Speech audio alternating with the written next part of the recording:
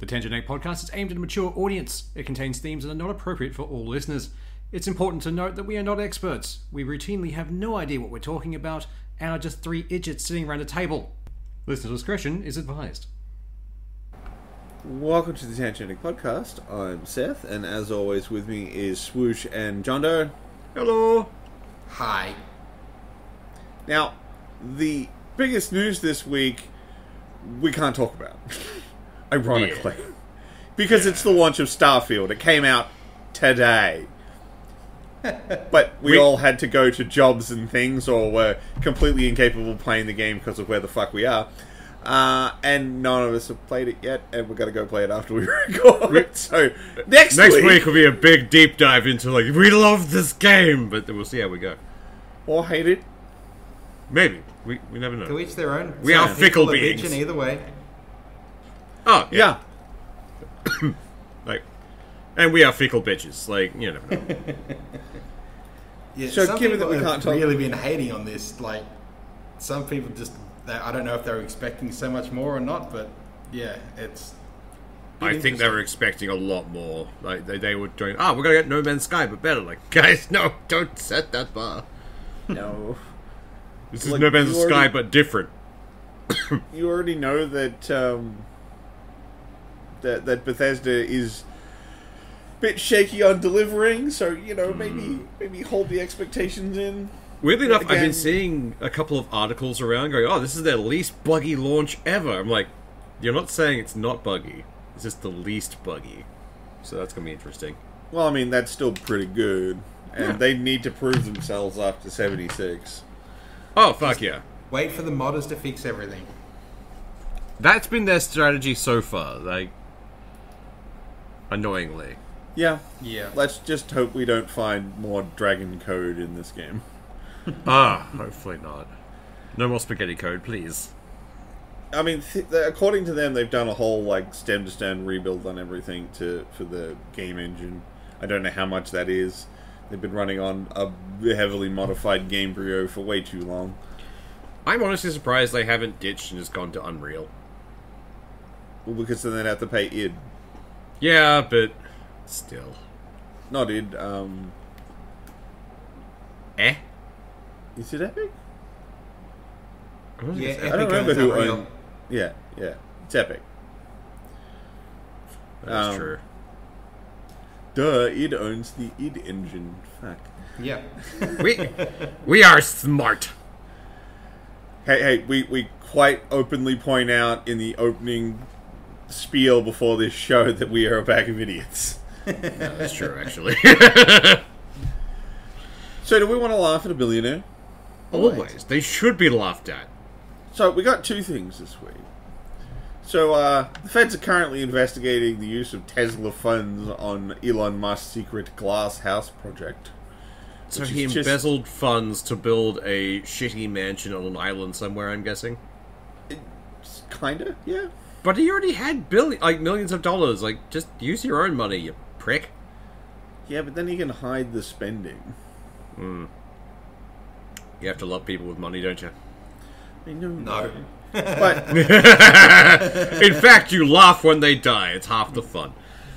Look, I'm not saying that is what's happened, but the feds have got enough that they're like, okay, we're gonna look into this shit. Just depends on how much the feds cost. Yeah. And the other one, which to me is so much stupider. Yeah, no, this one was weird when you told us. Like, it's so fucking stupid. So basically, there's a group called the Anti-Defamation League, and they have basically been making a big hubbub about the fact that hate speech is up on Twitter since Elon Musk took over. Yeah, because he's just ignoring it and just letting it fester. Well, like, and he's letting like people who've been kicked off Twitter back on, who are like, these are provocateurs. That's what they do.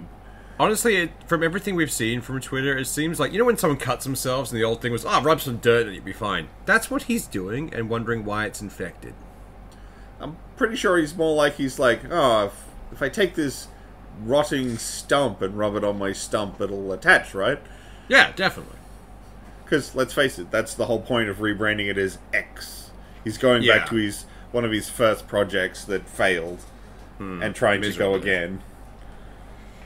He's a I mean, special boy. I've got to agree with a friend of mine. I don't even know if... Like, I got to think at this point, like, Musk has got to think he's doing something useful.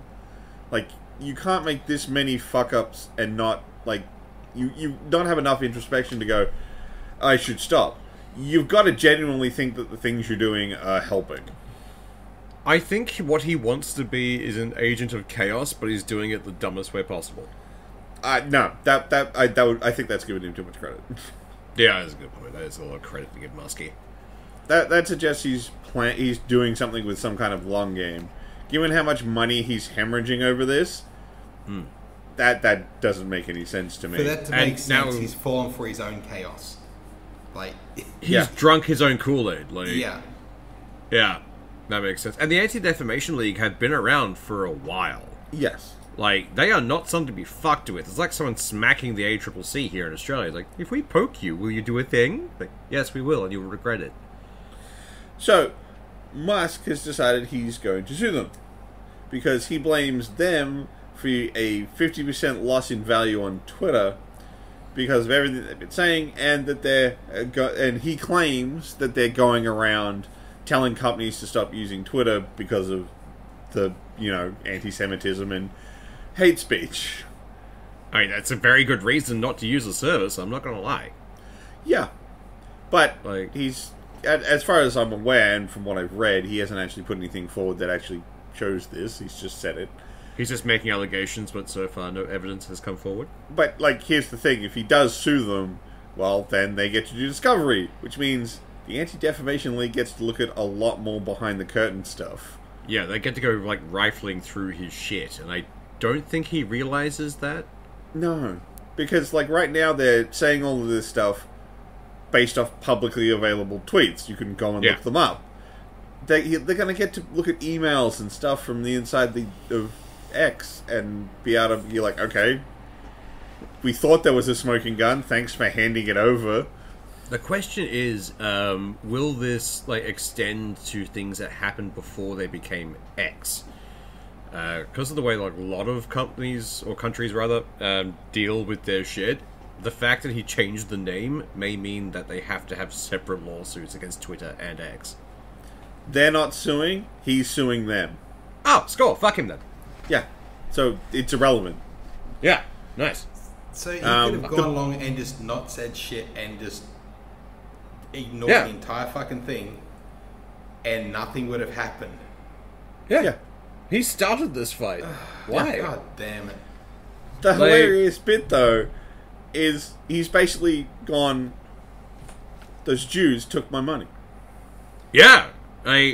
They're saying, it's bad, it's full of anti-Semitism. Then suddenly his defense is anti-Semitism. Why? It's like an old cartoon of him standing on top of a building, dropping a brick, and then running downstairs to complain to someone about them complaining about bricks dropping, and then getting hit with his own fucking brick. Yeah. It really is. Holy shit, what the fuck? It just proves you don't have to be intelligent to make $1 billion. You just have to be a shit human being. I mean, Generally. at this point, Musk feels like he'd be perfect in the next Looney Tunes live action. Little bit. That's the bad guy, of course.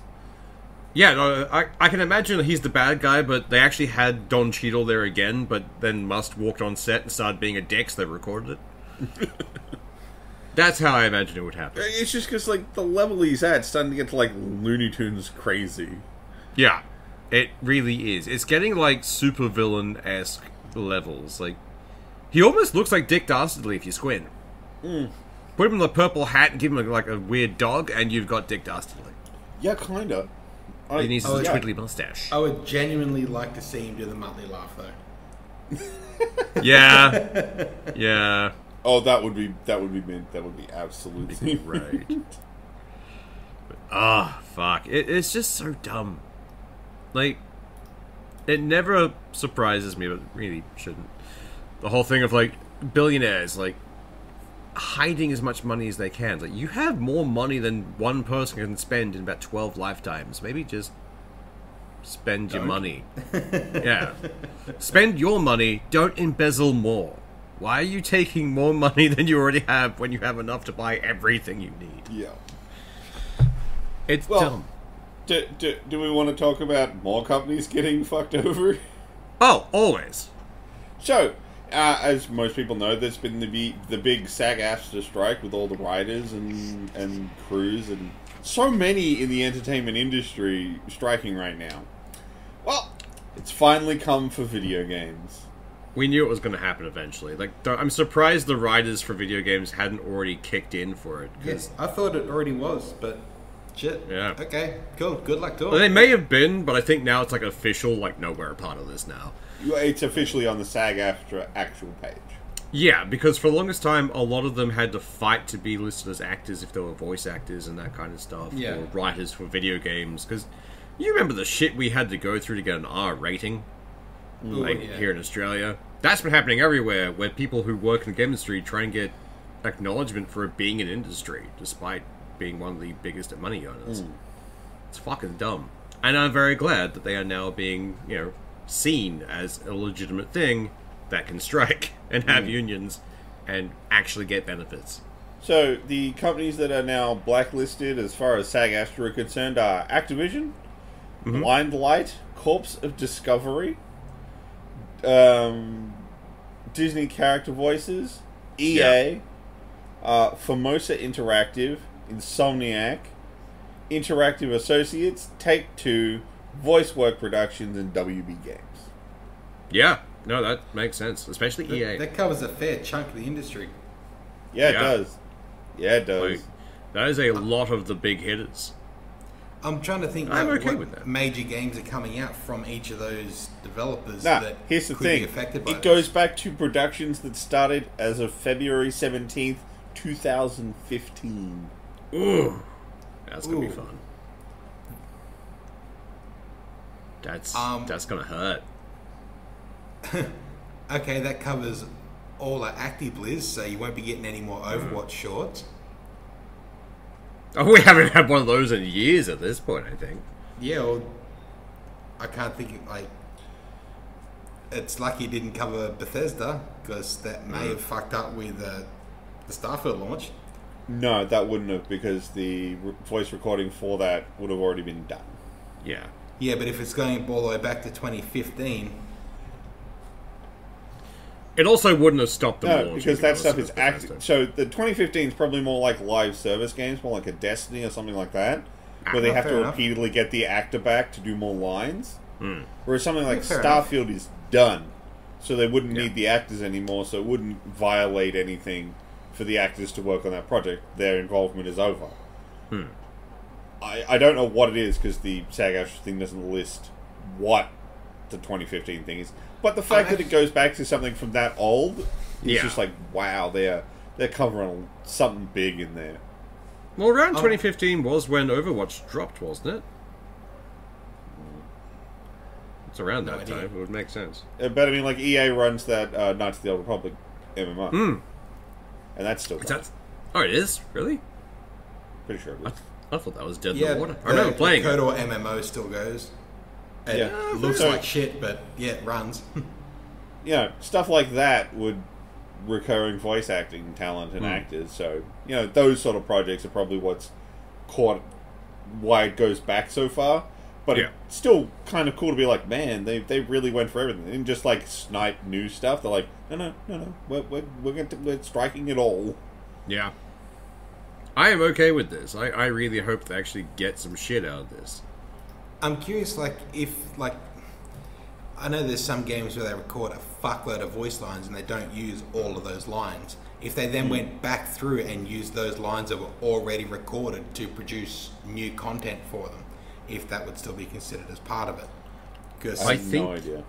Because recently Larian activated another 1,500 voice lines for a character that were meant to be in the game that were bugged out. So I was just imagine curious if stuff if they like make that would be part of it. I imagine there'll be something in the contract to say that if it makes it into the game and it's playable, they'd have to be paid for it. But I doubt it. Most yeah, one would of the hope bigger that's problems the thing. with voice acting is they usually pay per gig. Yeah. You do all your voice lines, you get paid, you fucking walk away. Yeah. which is kind of shit, because that job isn't easy. Everyone always thinks it is. Or at least, like, my basic understanding of how that... Yeah. I need to rewatch, what was the one that Joe DiMaggio made? I Know That Voice, the documentary he made about the voice acting world. And I was like, oh, no, you just stand there and talk. Like, no, there is a lot of shit that goes into this, guys. You do need to know what you're doing. It's one of the reasons they really hate celebrity voice actors, because they don't do it properly. Although sometimes to get into it, have you seen the voice record scenes for Hugh Jackman doing Wolverine? Yeah. And it's actually like doing all the fucking punch moves. Yes! Like, that's an actor that actually enjoys the character they're playing. Like, yeah. But, like, an actor like that, or you see Robin Williams voicing a character, like, that's someone enjoying the fucking character and being in the world they're watching on that screen. Whereas other ones are just, okay, I've got a script, I've read the script, I'm out, bye. Yeah. Well, Robin Williams was one of the first, one of the voice actors who got screwed over by Disney at one point. Yeah. Because they used a bunch of stuff that he didn't officially record in Aladdin, I think it was. Yeah. A bunch of the references that Genie made were actually, recorded voice calls he made to the cast who were having a very depressing time. And he wanted to cheer them up. And he got very angry about that. Yeah, well, then they tried to pay him in a painting. Like, they gave him a fucking painting instead of anything. Yeah. And then from then on, it was like, they were banned from using anything with his likeness or his, like, his voice, and this was expressly said he could. And it was like, yeah, no, fucking go ham, son. Yeah. One of the few people who won against Disney. I mean, of course he won. It was Robin Williams. The man is an absolute delight. You don't fuck with him. You don't fuck with Robin Williams, or else you fuck with the entire world. They knew this. And I mean, I've seen that, 24-hour photo. I've seen Robin Williams be creepy. That is a good movie. Like, for someone who looks so happy-go-lucky, holy fuck, you did creepy well. I swear that it's the fact that he is that personality that makes it so much creepier. Because even watching the 2 episodes he was in for SVU, because you're conditioned to see Robin Williams as the happy, smiley guy. Like, you know, no one was afraid of this guy. It was Robin Williams. And then 24-hour photo happens. It's like, oh, this is unsettling. This thing that my brain says is safe, is just fundamentally safe, is no longer safe. It's like, oh no. I love that movie. It's fucking great. Oh, it is. If you haven't watched 24-hour photo, you should really fix that. It is a really good movie. Wonderful slow burn, like, kind of psych thriller. I really like just remember, you've been warned. Like, this is not Happy Robin Williams. This is... No. What the fuck? It will change your perspective of other Robin Williams movies for a while. It's pretty fun. Just like Mandy changed my opinion of the fat guy that hangs out with the guy who played, like, Paul Blart. Paul Blart, yeah. Like, he can actually it's play not the a pretty actor's decent name, thing. it's the character he played in Mall Cop. That's the only thing I remember him as. Same. But it fundamentally doesn't work anymore after seeing Mandy. It's just like... Yeah. The dude's a Nazi now. I'm sorry. He can play a good character. He can play a very fucked up character if he wants to. But you need to have that right director with him to make him do it. Man, they did for Mandy. Was it Mandy? Or was it Becky? No, Becky. Becky, not Mandy. Yeah, because there's a sequel that came out, which is Wrath of Becky. Yeah. Which I haven't seen yet. I will watch it. I haven't watched it either. Although, I did watch a bunch of movies last weekend, because a bunch of them finally came to digital. Nice. So I finally saw the new Indiana Jones. How horrible is it? It's actually not that... Okay. It's not that okay? They're playing it super safe. Because they've gone back to Indy chasing after weird quasi-magical MacGuffin fighting Nazis. Fair. You know, they basically retreated to safe ground. The problem is... They retconned Shia LaBeouf. That didn't happen. No, they didn't retcon him. They killed him. Oh, nice. There's a throwaway line, because at the end of the last Indiana Jones movie, he's hooked up with the girl. Yeah. So they have a throwaway line for why she's not really in the movie, which is to piss off Indy, his son, I can't remember what Shila's character's Spike name or something, I think it was. To piss him off, he signed up for the military, and while in the military, died. And the grief got between him and his wife, and they broke up. That's why he was alone. But they poochied his character. Nice. I have to go now. My planet needs me. Whoop. Pretty much. Oh God! That's not even an off-screen death. That's an off-character death. That's just it happened. Anyway, moving on. Yeah, pretty much. Just... They don't even say his name. They just says my son went to war, joined the military and died. So it is the most hand wavy of we're not doing that. No, that's a different thing. And then suddenly a new son will appear. No, daughter of a friend I don't think we've heard about before. I can't remember. It's been a while since I watched the Indiana Jones movies. So she'll be the new torch holder kind of thing? I think they kind of wanted to, but I don't want them to if they do, because she's kind of a shit character. Her entire shtick is the magical MacGuffin drove her dad mad, and then Indy showed up one time and took it away. And something happens to her father. I don't remember them saying how old she was when he died. But Indy's her godfather, and she has a whole big speech about how you weren't there for me. Okay, how does Indy not being there for you mean you then get into archaeology and then the selling of ancient artifacts on the black market? That's you, I think, at this point. Yeah, that is a long way to go for that kind of thing. It's nah, there was some premeditation. There was some choices big made. Stretch. That You made some forethought choices. and planning. You don't just accidentally fall into that. Yeah. Yeah. So, she's not a great character to want to follow. Fair. Look, it's not a bad movie. I'd still say it's probably, it's, Crystal Skull's still the bottom of the barrel. I'd put Dial of Destiny, next up, and then, what'd be a personal preference of the original trilogy for the top three. Fair. It doesn't break into the top three, that original vibe. Yeah. It doesn't quite get there, but it's closer than Crystal Skull ever was.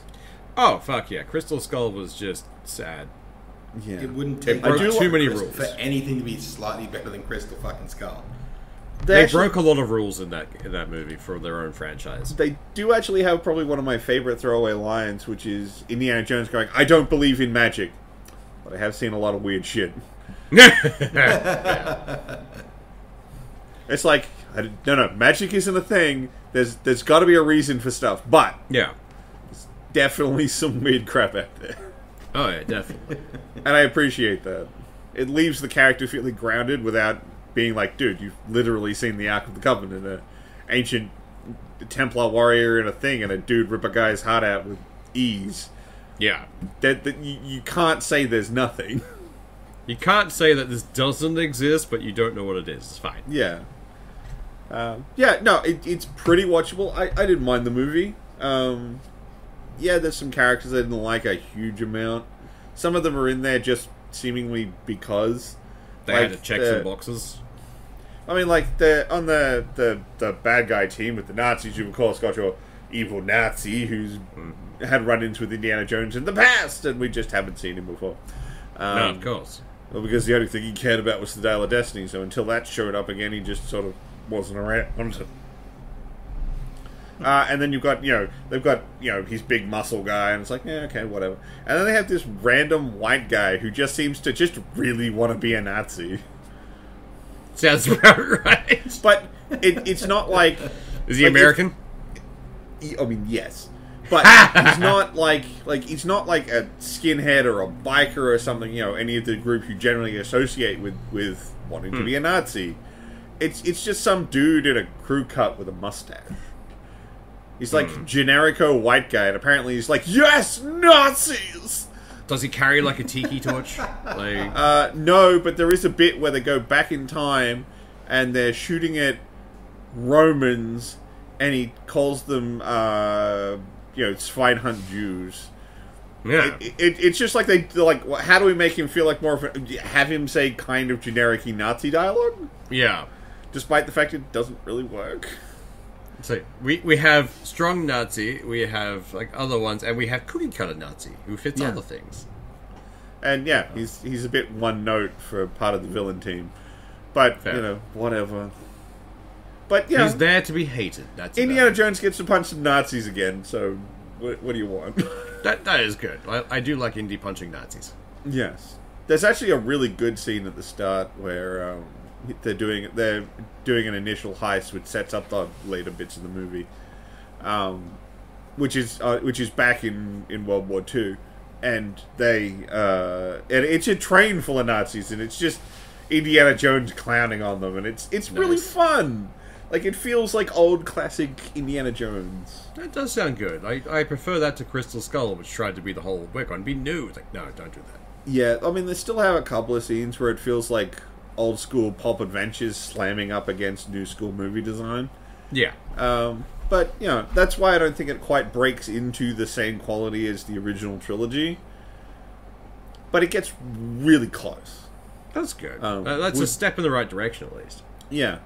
And I watched the new TMNT movie. I have been meaning to watch that. I've heard it's not horrible. It's not bad.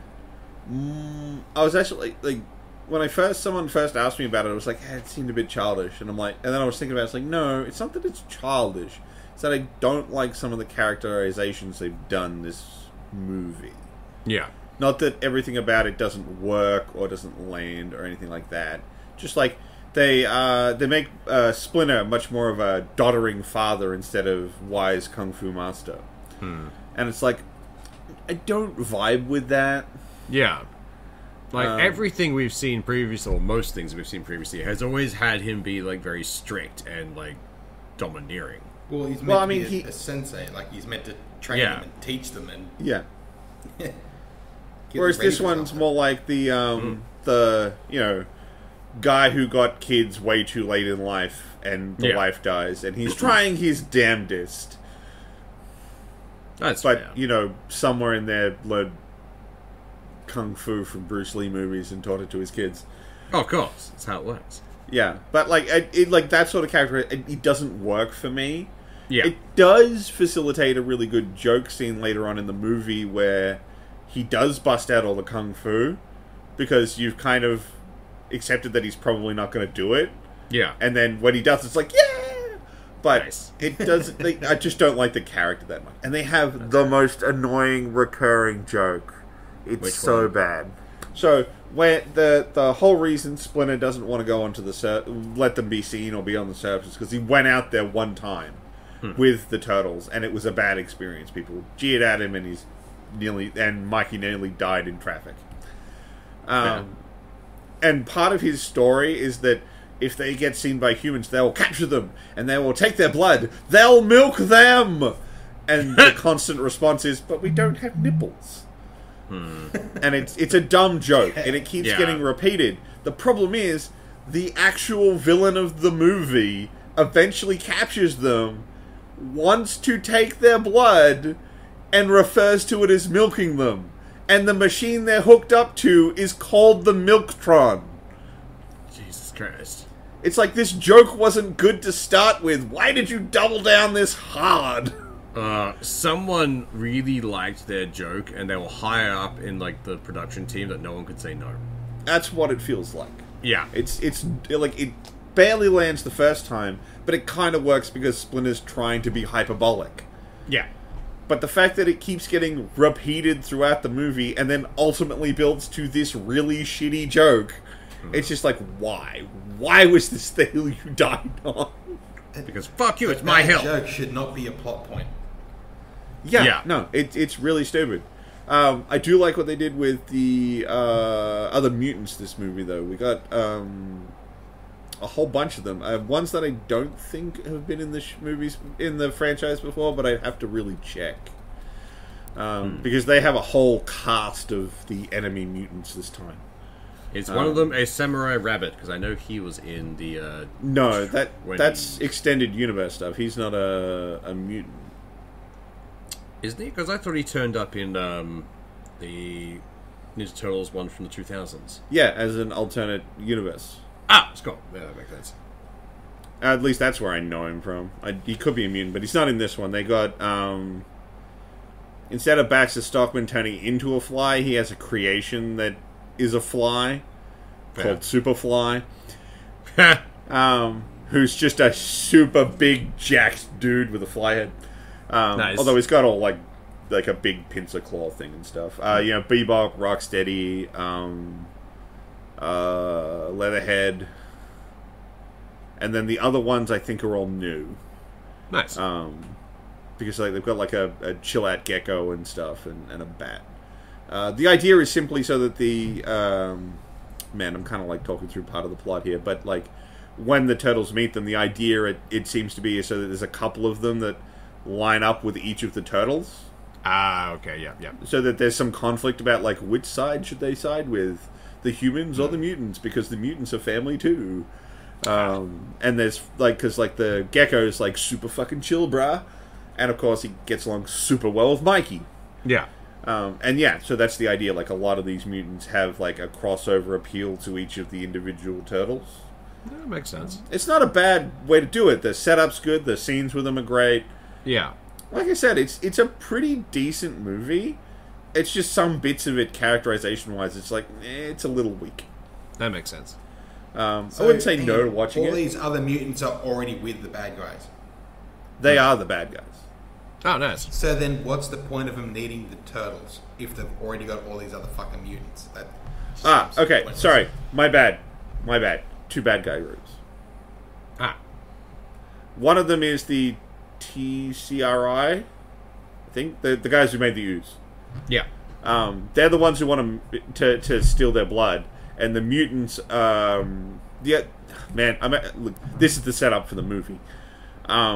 Baxter Stockman worked for them, decided he didn't like what they were going to do with their mutants, went rogue. That company then went and tried to take his shit back. Shit goes sideways, and all his mutants escape, and then the ooze falls into the sewer and creates the turtles. And basic setup of usual stuff. But it's why Baxter Stockman isn't in the movie, and it's his creation, Superfly. Yeah, so there's two groups. There's the original TCRI guys and Superfly. That makes sense. I won't tell any more of the plot, because... I'll get around to watching it sooner or later.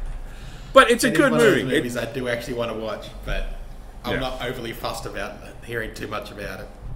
Yeah. I'll get to it eventually. Their April's okay. Just okay. There's so much about this movie that feels like it's okay or a reference. Yeah. Because, like, there's one bit where they're in a fight scene and someone gets smacked into a radio and it starts playing Go Ninja Go. Okay, there's a bit where they're desperate and they all pile into a random van and go, and it's the original coloured pizza van that they steal. From, like, not the 2007, it's like the old pizza van. The original one. Yeah. There's some references like that all through the movie, and I got a good chuckle out of those. Like, hearing Go Ninja Go, it's just like, they got it in. They got the rights for it. It's great.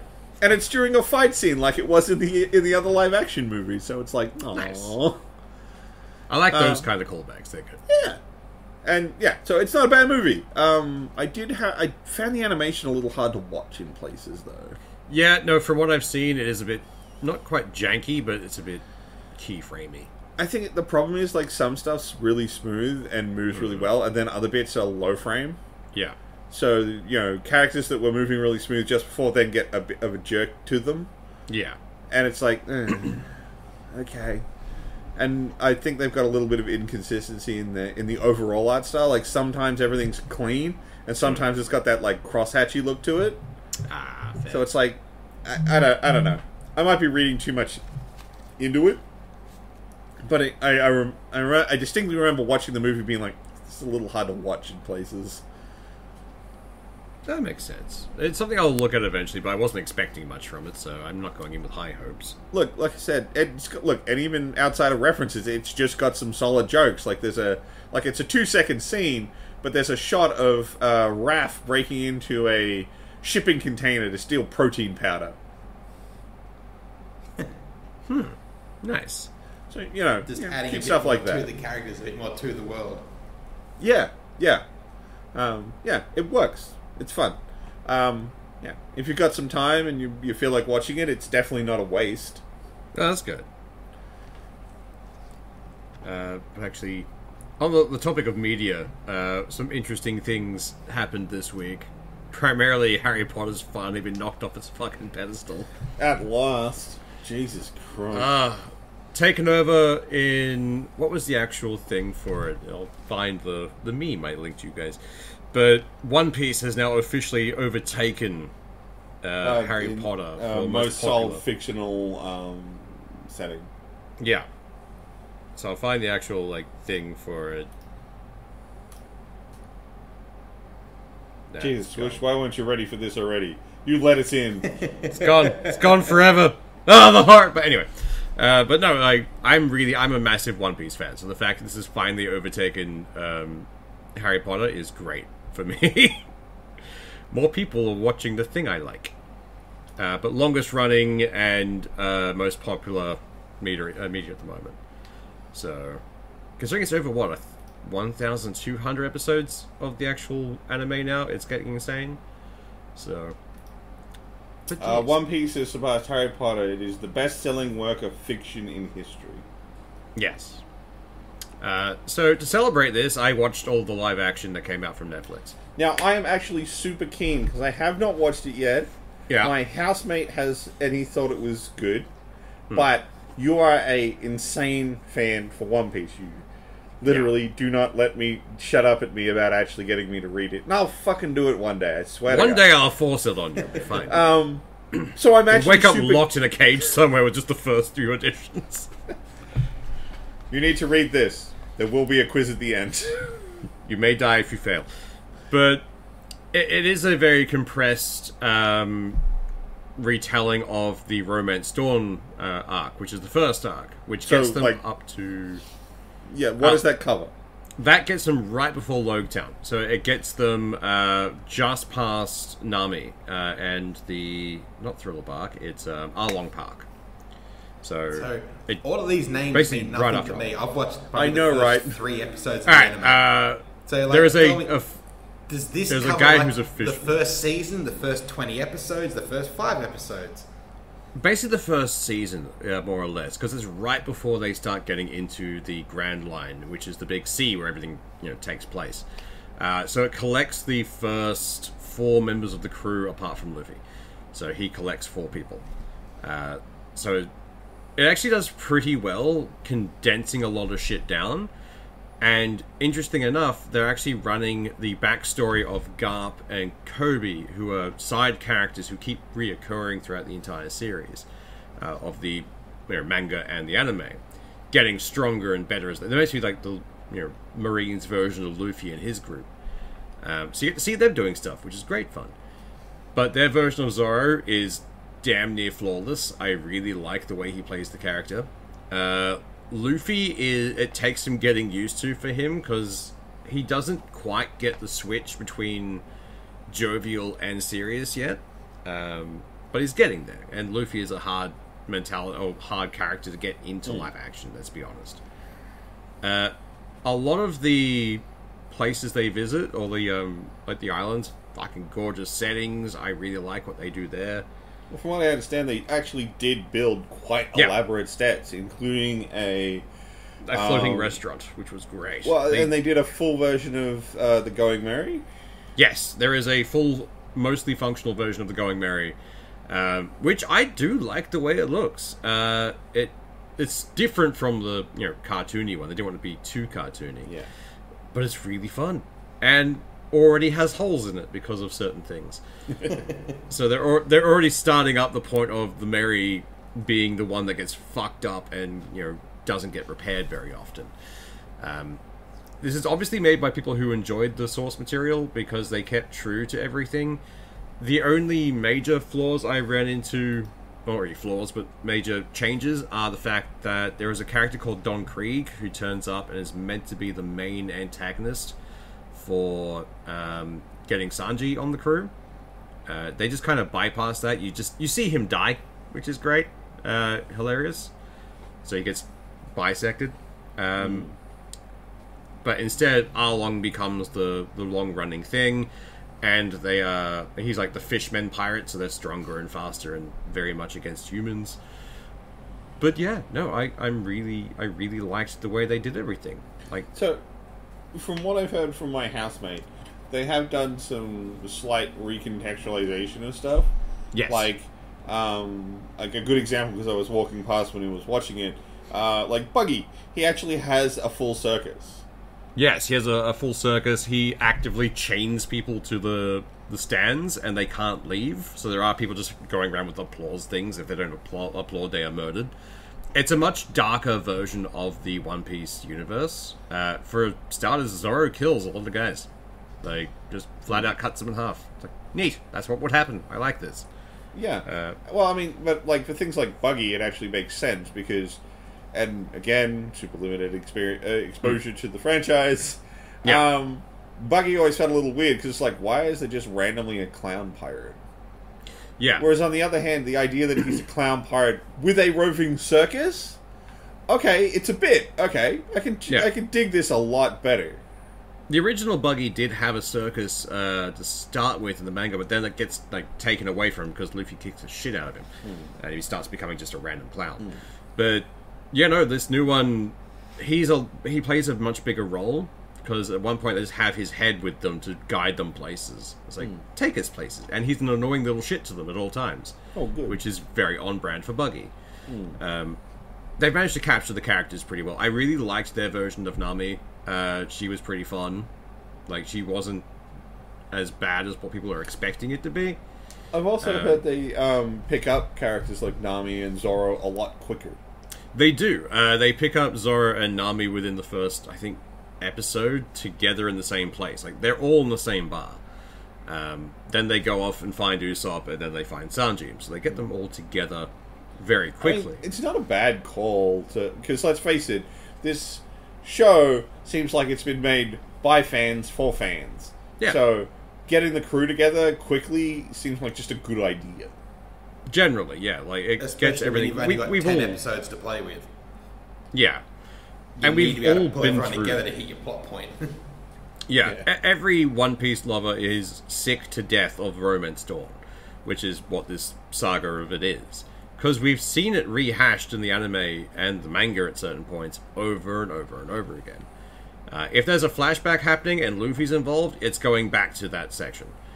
And you end up rewatching that over and over. In this case, it's over very quickly. It's like, done and dusted. And they've brought in other side characters and made them bigger. Their version of Mihawk, the greatest swordsman in the world, was really fun. And watching him fight Zoro was pretty entertaining. But they've also underpowered everyone, which is a really smart move. They're allowing the power creep to happen slowly. So...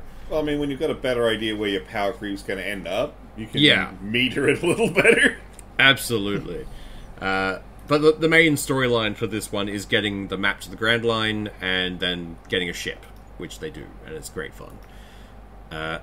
I really enjoyed some of the stuff, like their version of Kuma, which was the Black Cat Pirates. He had the knives on his fingers. You would have seen him at some point. Yeah. He was sufficiently creepy. I liked it.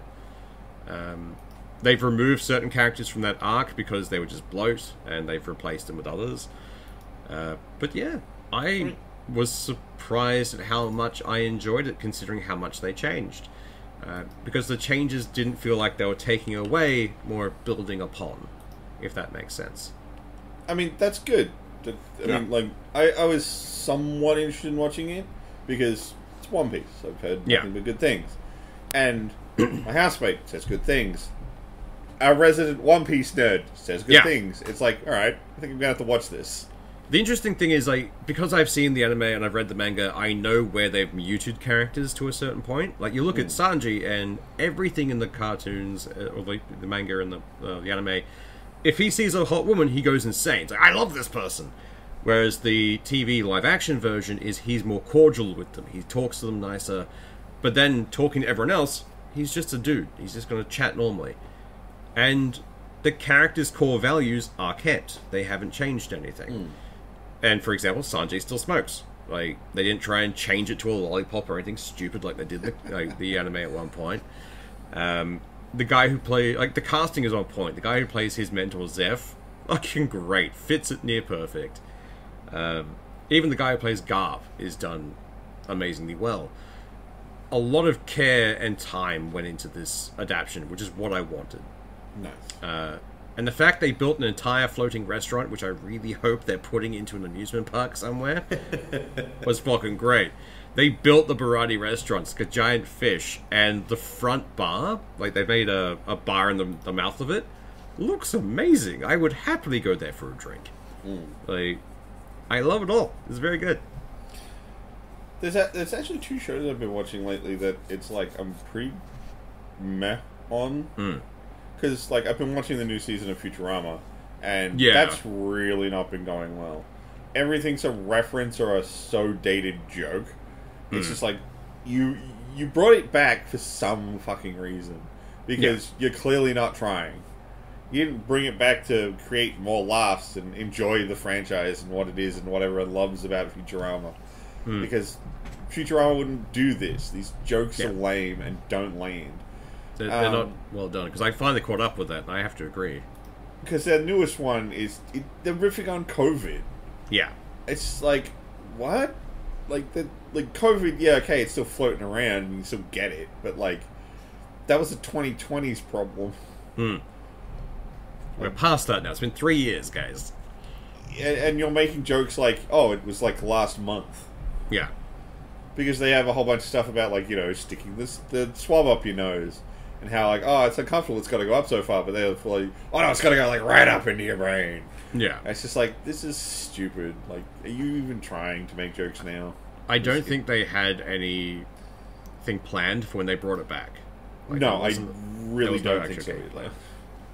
Or like those writers for Futurama that actually held a point, like could tell a joke or made it entertaining, have now been gutted and fucked off everything else. This is what, the 4th reboot? Like, oh, definitely. I don't think there's anyone still doing any of the original jobs from the first pickup.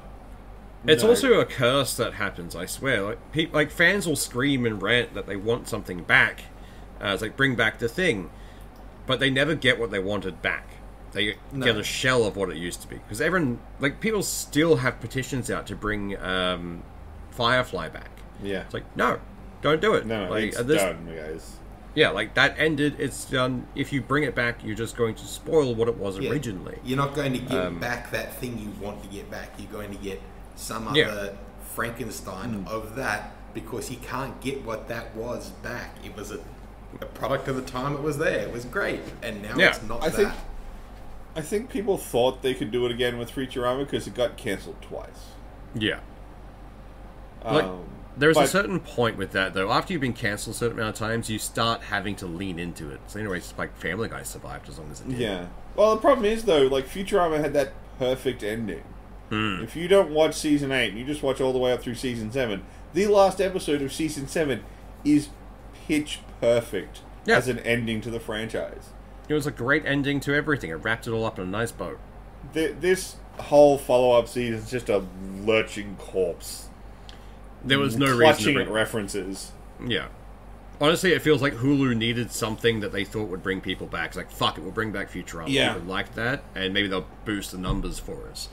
Like, no, not at all. Pretty bad. From what I've heard of it, it feels like they had an idea for a show, they had plot points they wanted to do, and they just needed a skin and a name to throw it in. Yeah, no, you're not wrong with that. That's really what it feels like. Well, I mean, the other one that's kind of weird and actually kind of feels like that is I've been watching the new Adventure Time thing, Fiona and Cake, which is so bizarre because the first episode is essentially Fiona and Cake, but in the real world. And it's just an entire episode of look how depressing her life is. Yeah. And then the second episode is clearly positioning this series as a sequel to Original Adventure Time because it has grown-up Finn in it. And it's following the Ice King now that he's not the Ice King, he's just Simon. Yeah. And how depressing his life is. It's like, what's the game plan here, guys? Do you remember that Adventure Time was kind of just a silly fun show? Maybe that's the thing. Like, everyone who liked Adventure Time is now grown up and they're all sad. It's like, we have to modify Adventure Time to be sad for them. I mean, maybe. It feels like what's happening. It's fucking dumb. I hate because the idea, like, the Ice King's really depressed because everyone wants him to keep writing Fiona and Cake books. Yeah. But he's like, no, that was the Ice King. That's not me. I can't do it. I don't want to write those books. And he's just depressed because that's all anyone wants from him. Yeah. And I don't understand what the fuck this show is doing, and not as a sequel to Adventure Time.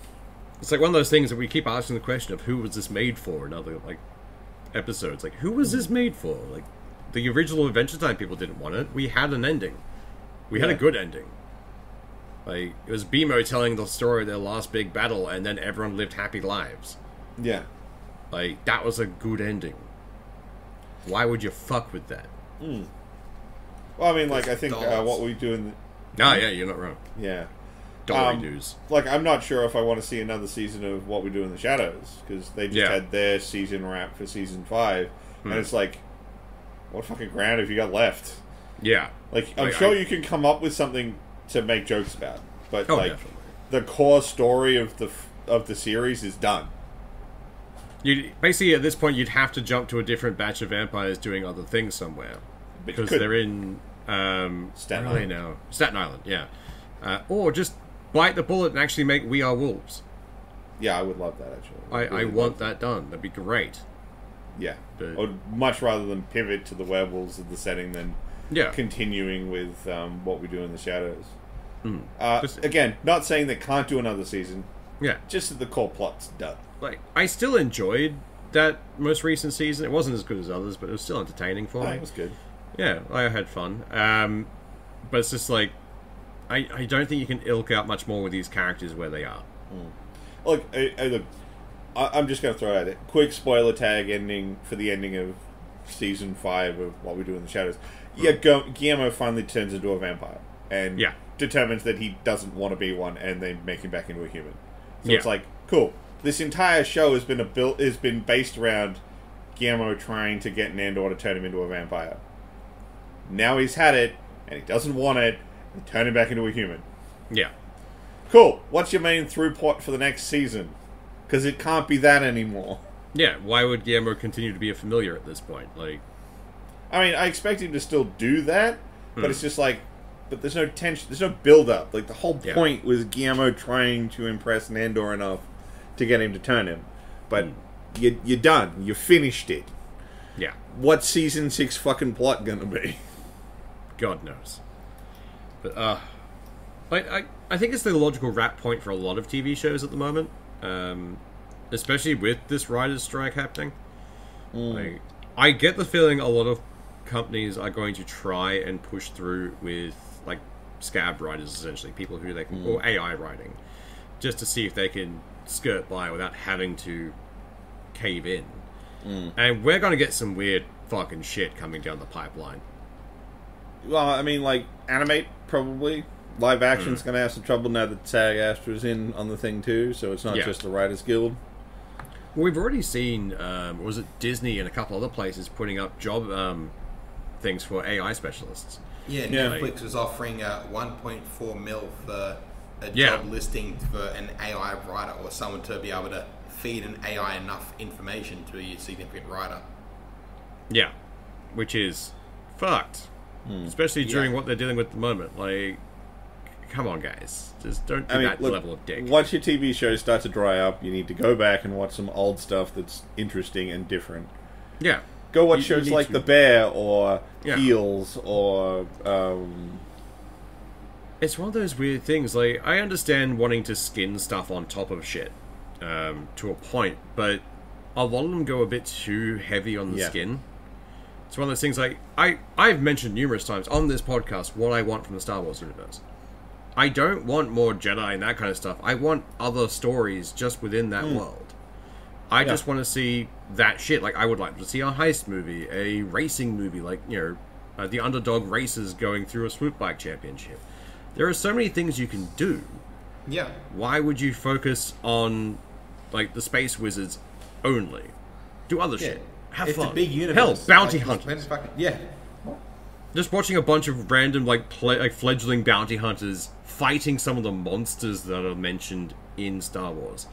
Like, a crate dragon that we saw from Mando is a terrifying thing. That's one of their apex predators. But there are more.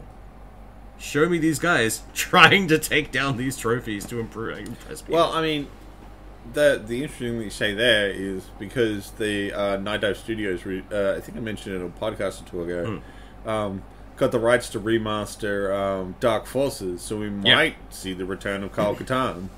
Which will be entertaining. I'm kind of keen for that. Yeah, I would be pretty keen to see Kyle Katarn back. Yeah, but we are so far enjoying Ahsoka, which has been fun. Yes, I haven't watched this week's episode yet, but that's been... okay, my biggest problem with that show is him... Actually, I have a couple problems with the last episode that it had. Oh, no, I did see the part you mentioned recently, actually. The what bit? The visor down. Oh, yeah, that bit. Yeah. But the problem is, we've watched the background information. We've done the homework on this before, so we know what to We watched the animated stuff. No, there's a I was really ready to give to basically be like nah to Rian Johnson on this, because in the most recent episode they're getting attacked by some fighters, and from the side they look like space fighters, but from front on they look like Spitfires. So I was actually going to be like, see Rian Johnson, this is how you do World War II referencing. If you want to do it correctly, you've got to make it fit the fucking scene. You can't just be like, I want to do bombers, despite the fact it doesn't work in space. Yeah. Okay, whatever, bro. Good luck. So I was like really happy about that, and it was like, and then they're attacking the jump ring, and they start shooting flak. Yeah. Like, why flak? That was a bit of an odd choice. You have lasers that can cross the Gulf of Space in seconds. What the fuck do you need flak for? Because actually, no. That the only way that makes sense in my head is a lot of the extended universe stuff for Star Wars used to mention their shields were only good against laser. Okay, sure, but they weren't hitting them anyway. Yeah, which made even less sense because the flak is so close, but the ship is huge. Yeah, which was fucking odd. But the biggest thing for me is like, John, did we ever force you to watch Rebels? I started watching Rebels, and then I went back to Clone Wars. Fair. That's fair. Did you get far enough in to know who Kanan was, the Ezra's master? No, I think I only did like 3 episodes, maybe 2 episodes.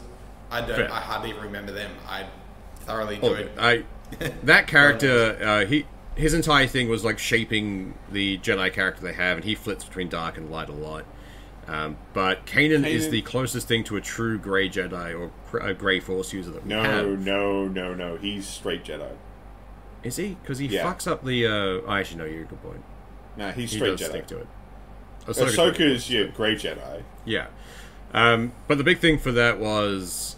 At one point, he's blinded and has to learn to use the Force to see. And it's a big thing. And all the characters are aware of this because they're living in the same fucking ship as him. And in the most recent episode of Ahsoka, they keep mentioning things with, what was the young Jedi's name? Ezra. Keep mentioning thing with him. Like, they reference him a lot. It's like, there's a training sequence where they've got the visor down.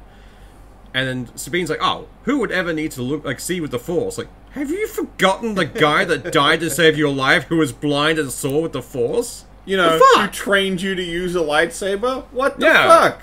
Did you forget he exists? Come on, just... At any point, I would have loved for them to stop. Did you forget Kanan? And just mention that in the room, just see what happens. But that would be referencing a character that no one knows. Yeah.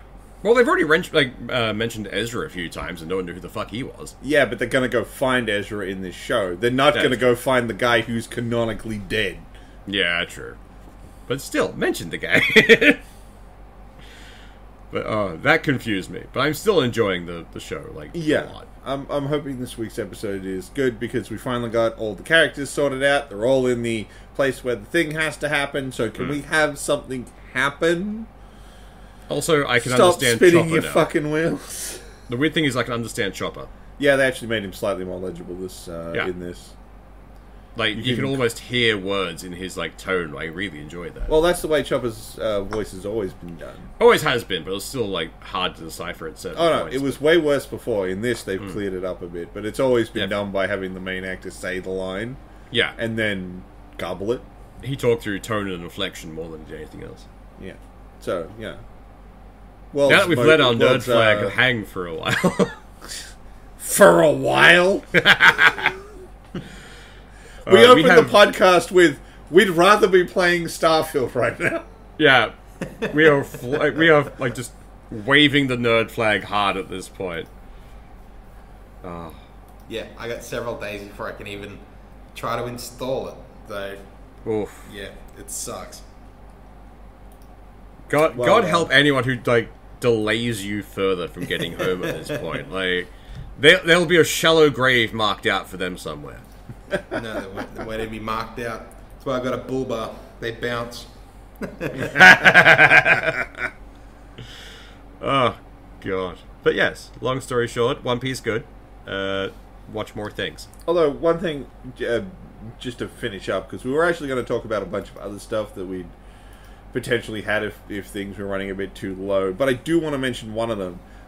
Was that not that long ago the Lackadaisy Kickstarter finished, and yes, gangbusters. Oh, they've done fucking well, and I'm keen to see what they pump out. What was it? Full 5-episode season plus some minisodes, I think? Yeah. I think they got to the minisodes level. I think they got a couple of minisodes, yeah. So I'm super hyped for that. If you haven't seen it, I would highly suggest looking up the Lackadaisy pilot they put up on YouTube. Or if you're really interested, yeah, read the comic. The comic is great. I'm not gonna lie, it's really good. Looking forward to rereading it when those hardcovers show up. Oh, it's gonna be good. Because I backed for the full 3 set of hardcovers, the 2 of the comic and the 1 of the art book.